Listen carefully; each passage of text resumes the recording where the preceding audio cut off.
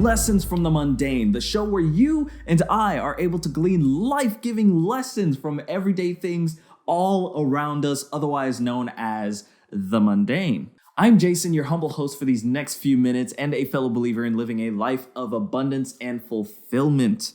Something I truly wish to share with YOU. I'm so excited to be kicking off season 1 with today's topic in particular, because if there's anything that anyone can relate to at almost any time, that magical word, my friends, is struggle. Pick any variation you like: stress, sorrow, depression, anxiety, even what some might label as bad luck. They're all interchangeable based on the situation or the person you ask, but my earlier point still stands. We all go through struggle. In fact, Shannon L. Alder, an inspirational author, once said, "One of the most important things you can do on this earth is to let people know they are not alone." That emphasizes the fact that we truly do all go through struggle. Now, among the myriad questions this topic usually brings up, I thank you in advance for allowing me a few short moments to focus your attention on just one of these questions.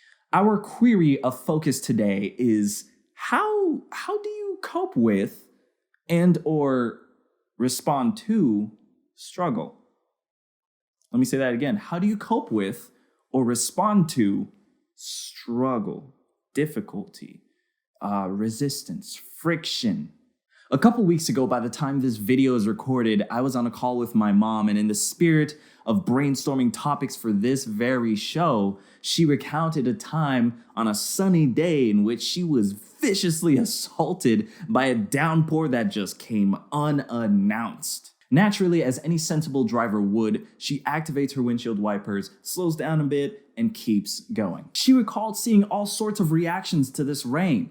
Some were unfazed by this and plowed recklessly through traffic. Others were stuck on the side of the road, unable to move because they could not see, and they were no longer comfortable with driving on the roads at that point in time. That actually reminds me of my first car. It was a green Chevy Prism. The passenger side door had to be opened from the outside. The driver's side door's window only rolled down halfway. The AC was shot.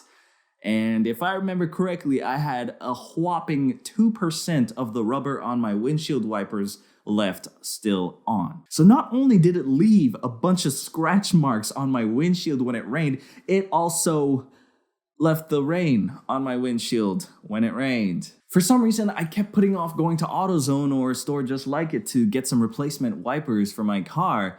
And so, just as my mom saw vehicles off on the side of the road, that used to be me at one point in time, completely halted by a life circumstance that, just like the other vehicles that were passing her by, I too could have been safely navigating through that rain had I taken the time to prepare myself and equip myself with the right coping mechanisms for that rain. Are you digging me now? Are you picking up what I'm putting down? Are you understanding? Are you capiche? For some reason, I kept putting off going to AutoZone and replacing my wipers like I should have a long time ago. So just like my mom saw cars on the side of the road unable to move, I too was halted by a life circumstance that, just like the other cars that were passing her by, I could have been safely maneuvering that situation had I taken the time to properly equip myself with the right coping mechanisms.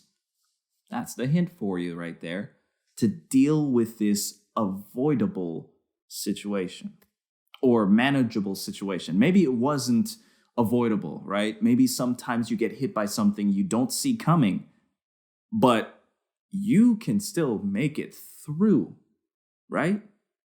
You won't always be able to go around or over or under, but sometimes it just takes being able to go through.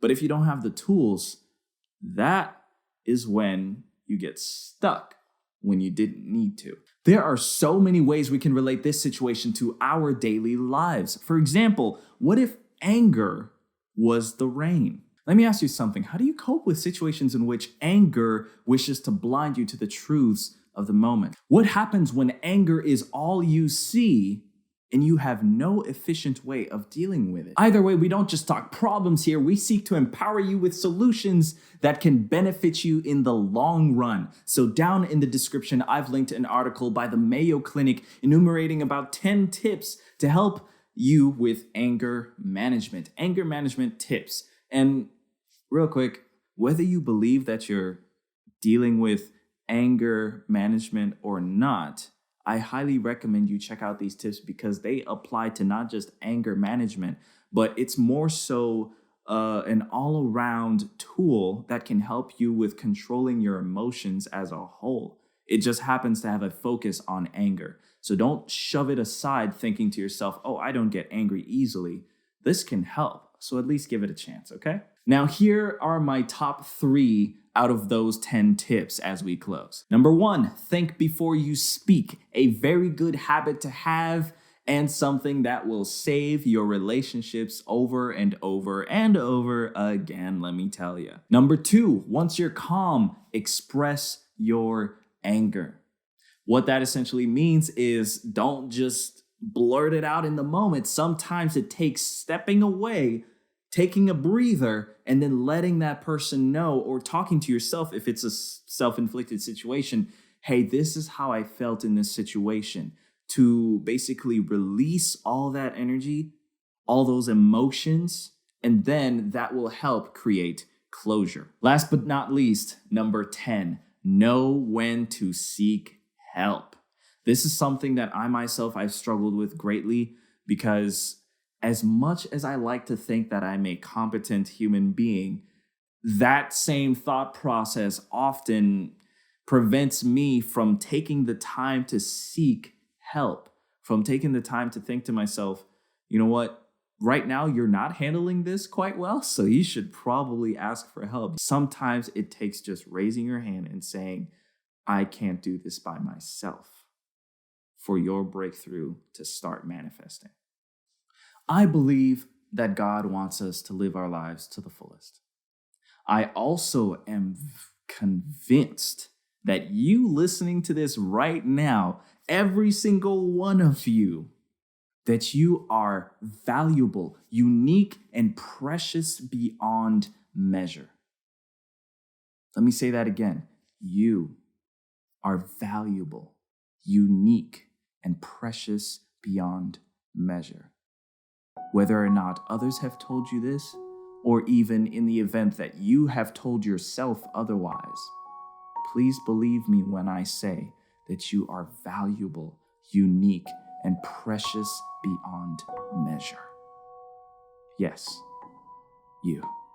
That's why I hope with all my heart that whether you stick with this channel or not, that you take the words that you heard from me today and that you use it as a tool for a better you tomorrow.